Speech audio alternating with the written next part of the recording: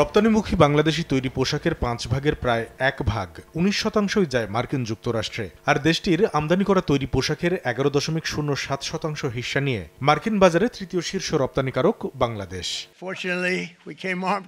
তবে এই বাজারেই ৩৭% শুল্ক বৃদ্ধির সিদ্ধান্তে বিপাকে পড়তে পারে বাংলাদেশের প্রায় ১,০০০ তৈরি পোশাক কারখানা। কারণ এতে মাসে $২৫ কোটি বাড়তি শুল্ক দিতে হবে মার্কিন সরকারকে, যা দেশীয় উদ্যোক্তাদের কাঁধে চাপিয়ে দিতে মরিয়া মার্কিন ক্রেতা প্রতিষ্ঠানগুলো। তৈরি পোশাক শিল্পের বর্তমান চ্যালেঞ্জকে এভাবেই তুলে ধরেন আসন্ন বিজিএমইএ নির্বাচনে সম্মিলিত পরিষদের প্যানেল লিডার।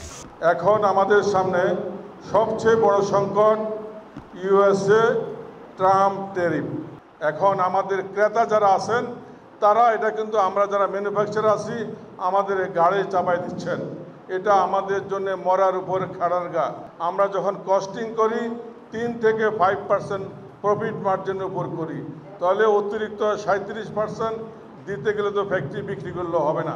শনিবার বিকেলে রাজধানীর উত্তরায় জায়ান্ট বিজনেস টাওয়ারে সম্মিলিত পরিষদের নির্বাচনী কার্যালয়ের উদ্বোধনী অনুষ্ঠানে সরকার যেন স্থায়ীভাবে বর্ধিত মার্কিন শুল্ক প্রত্যাহারের ট্রাম্প প্রশাসনের সঙ্গে অর্থনৈতিক কূটনীতি জোরদার করে সেই তাগিদও দেন তিনি।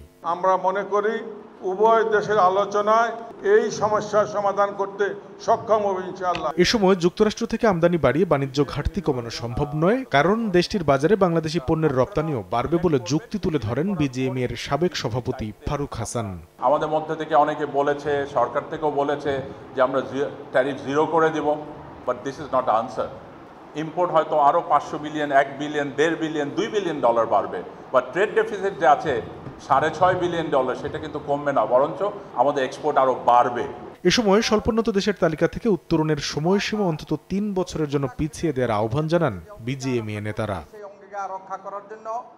কামরুল হাসান সবুজ, সময় সংবাদ, ঢাকা।